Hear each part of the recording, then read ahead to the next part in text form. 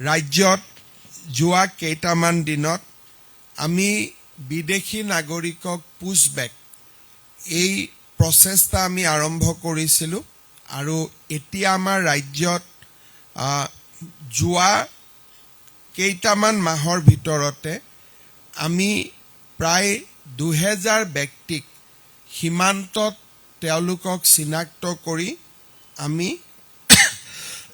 পুছবেক কৰিবলৈ সক্ষম হৈছোঁ আৰু ইয়াৰ ফলত ডেফিনেটলি অসমত নতুনকৈ অহা বিদেশী নাগৰিকৰ সংখ্যা দ্ৰুতগতিত কমি যাব আৰু এতিয়া ৰাজ্যত আৰু এটা আমি নতুন সিদ্ধান্ত লৈছোঁ যে বিদেশী ন্যায়াধিকৰণে যিসকল ব্যক্তিক বিদেশী বুলি ঘোষণা কৰে তেওঁলোকক আমি উইদিন 1 উইক আমি তেওঁলোকক পুছবেক কৰাৰ বাবে সিদ্ধান্ত লৈছোঁ যাতে তেওঁলোকে উচ্চ ন্যায়ালয় উচ্চতম ন্যায়ালয় এই গোটেই প্ৰক্ৰিয়াটোৰে বহুত দেৰি হৈ নাযায় বিদেশী ন্যায়াধিকৰণে চিনাক্ত কৰাৰ লগে লগে তেওঁলোকক আমি পুছবেক কৰাৰ বাবে সিদ্ধান্ত লৈছোঁ আমাৰ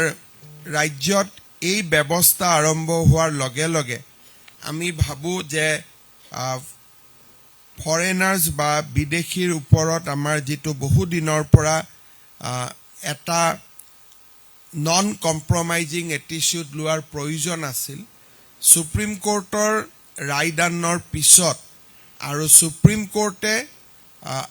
আমাৰ ৰাজ্যৰ ইলিগেল ইমিগ্ৰেণ্ট এক্সপালশ্যন এক্টখনক আভেল কৰি দিয়াৰ লগে লগে এতিয়া আমি ইলিগেল ইমিগ্ৰেণ্টসকলক পুছবেক কৰা আমি এটা আমাৰ চৰকাৰৰ নীতিলৈকে আমি তাক ৰূপান্তৰ কৰিছোঁ